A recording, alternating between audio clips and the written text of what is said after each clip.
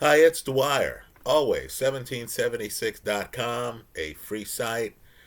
Digitalassetlife.com, a free site. Also, money1776.com, a free site. Folks, I believe there's money right now that's just sitting on a table. So while a lot of people are out there robbing and stealing, while a lot of people are out there working overtime to feed their family and stuff like that, I'm a big believer in trying to figure out markets so you can just grab the money that's right there on the table. Let's talk about it, but first, remember, nothing I say in this video should be construed as financial advice. I want everyone to do their own due diligence. Let me also say your operative assumption should be that some of the stocks I mention here, in fact, any of the stocks I mention, might be stocks I own, right? I own them because I'm hoping to make a profit off of them. Trust no one, don't trust me. Just view this as an invitation to do your own due diligence. Remember, the opinion you should follow should be your own. Just consider this video to be a second opinion from a complete stranger online. Now, Israel invaded Iran. Right, folks? This is happening at a precarious time for the world economy. Right? The United States is having trouble. Many countries are heavily indebted. Right? Look at Japan, which is even more indebted than the United States. Look throughout Europe. Right? Just understand that the world economy right now can best be described as fragile. Now, you should know that the Strait of Hormuz, which is right next to Iran, is one of the world's most vital choke points. Right, folks? According to estimates, 20 to 21 million barrels of oil pass through the Strait of Hormuz every day. That's 25 to 30% of the world's oil that gets consumed. Right? Think about that. 25 to 30%. Now, it looks to me that this fighting is going to be protracted. We're already past the point of an early surrender. Right? Whatever your political views are on Israel's attack, right? We're looking at the financial consequences. We're trying to position ourselves so we profit. So let me make a point to you here. Given this reality, it's only a matter of time before oil availability is severely curtailed. It's only a matter of time.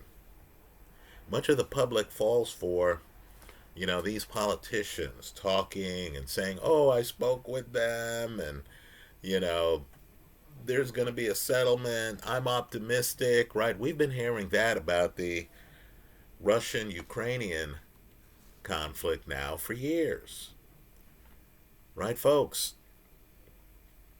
Understand, we have absolutely no guarantee, none whatsoever, that this Israeli attack on Iran is going to be a short one. Right? Sooner or later, oil availability is going to drop. Oil prices are going to increase. That's going to be inflationary. People are going to get laid off as a result of it. People are going to have a problem filling up their gas tanks. right? Oil prices are going to drive up other prices, right? As merchants are going to try to do workarounds that are costly. So what I want people to realize is that a barrel of oil, the most recent numbers I've gotten, right now is at $74.49. Again, $74.49. Folks, that's low.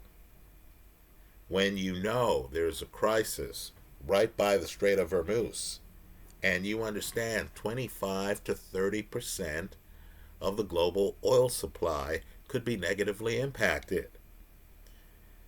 Right?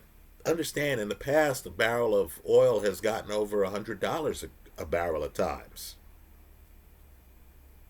Right? Here you have a military conflict happening right by one of the world's biggest choke points.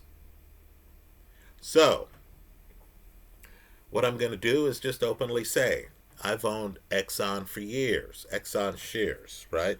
The symbol is XOM. You don't have to believe in what I believe in, right? Trust someone who's a bigger baller, right? Who is proven over the years. Warren Buffett, Berkshire Hathaway. He owns 28.2% of Occidental Petroleum. That symbol is OXY.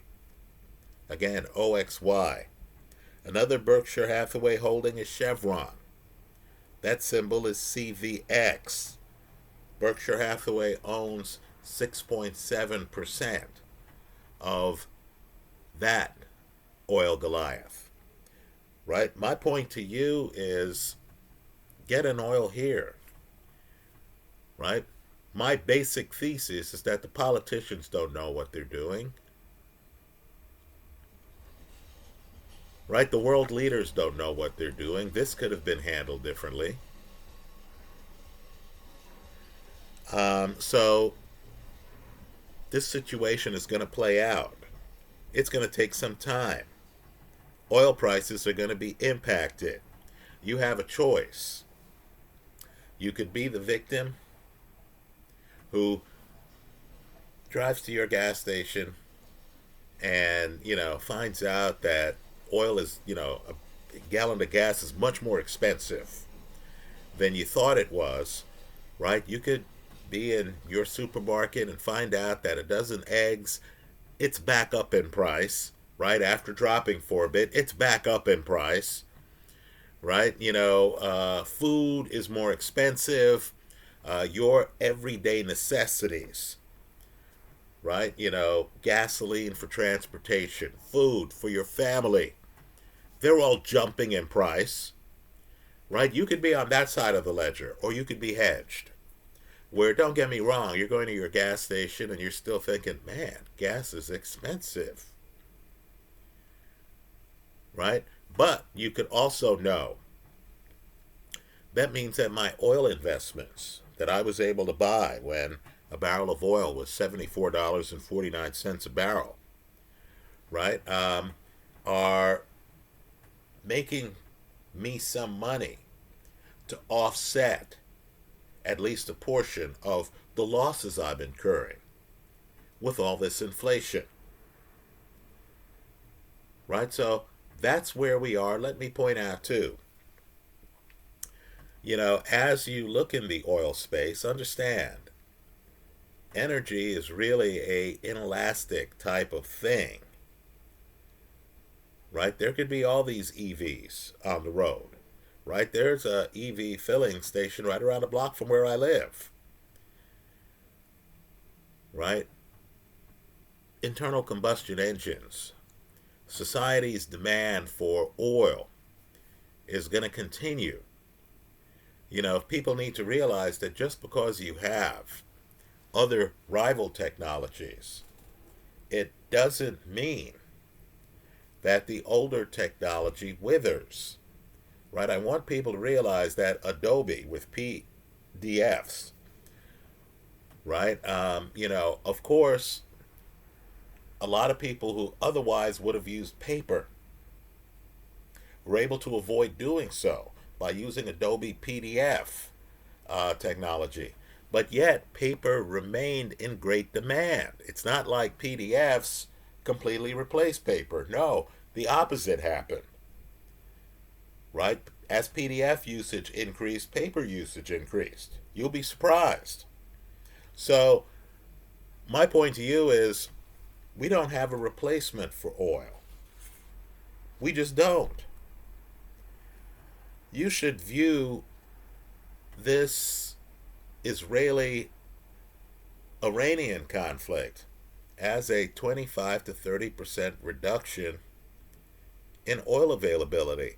It'll be felt, right? Understand, a barrel of oil jumped 7.4% in the last day and a half, right? As it moves over $90, as it becomes something we talk about, as politicians then tell you, oh, you know what, we're going to, give you more money, which we don't have, right? But we're going to, ramp up these stimulus programs to reinvigorate the economy that's been weakened by, this oil shock. Does anyone remember the 1970s? Right? We're going to run bigger deficits, right? You can imagine the president and a few other people are going to take the Fed chairman down some back alley, and he's going to come back out and say, oh, you know what? We're going to lower rates, even though you and I know that that's inflationary, right? Folks, as inflation takes hold, consider Exxon, XOM. By the way, that's a dividend aristocrat company. Look at the history of paying dividends that company has. Use this opportunity to look at the energy space, right? If you are not in it already. Look at Occidental Petroleum, right? If Warren Buffett, is in Oxy, that tells you a lot about the company. Chevron, right? CVX, again, is the symbol. Now's the time, before the realization hits the everyday consumer, the retail consumer, that this Israeli-Iranian military conflict is going to negatively impact all of our access to oil, even with the United States having all this fracking and stuff like that. Those are my thoughts. Let me hear yours in the comments section of this YouTube video. Thanks for stopping by.